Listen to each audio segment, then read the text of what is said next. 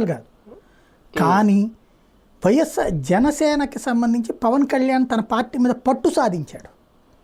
ఎలాగా అసంతృప్తిని బహిరంగంగా వెళ్ళగక్కకుండా, ఆవేశాలు లేకుండా అలా ఉండే వాళ్ళని పక్కన పెట్టేసి ఒక స్థిరంగా తన చేతిలో పెట్టుకున్నాడు. అయితే తనకున్నటువంటి బలిమి కొన్ని నియోజకవర్గాలకు పరిమితం కాబట్టి అక్కడ సరిపోయింది అతను. అందువలన అది దాని అసంతృప్తులు అవన్నీ మిగతా చోట్ల ఉన్నోళ్ళు కూడా ఇంకోటి పవర్లోకి వచ్చేసింది కాబట్టి సర్దుకున్నాడు. వైఎస్ఆర్ కాంగ్రెస్ పార్టీకి వచ్చేటప్పటికి పేరాస బ్యాచ్ ఒకటి.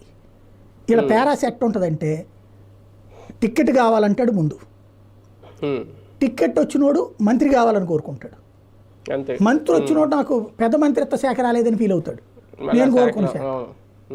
ఇన్ని అసంతృప్తులు ఉండేవాడు ఎప్పుడు సంతృప్తి పడతాడు జీవితంలో?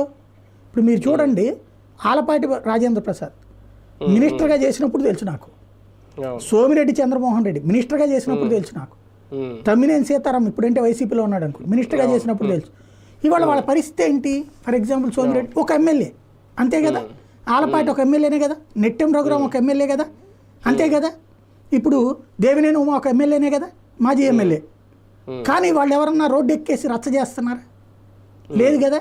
అదే వైఎస్ఆర్ కాంగ్రెస్ సీట్లు లేకపోయినా సర్దుకున్నారు, ఆలపేట రాజేంద్ర సీట్లు లేకపోయినా సర్దుకున్నారు, అది ఇప్పుడు ఎమ్మెల్సీ ఇచ్చారు అనుకోండి. బట్ అక్కడ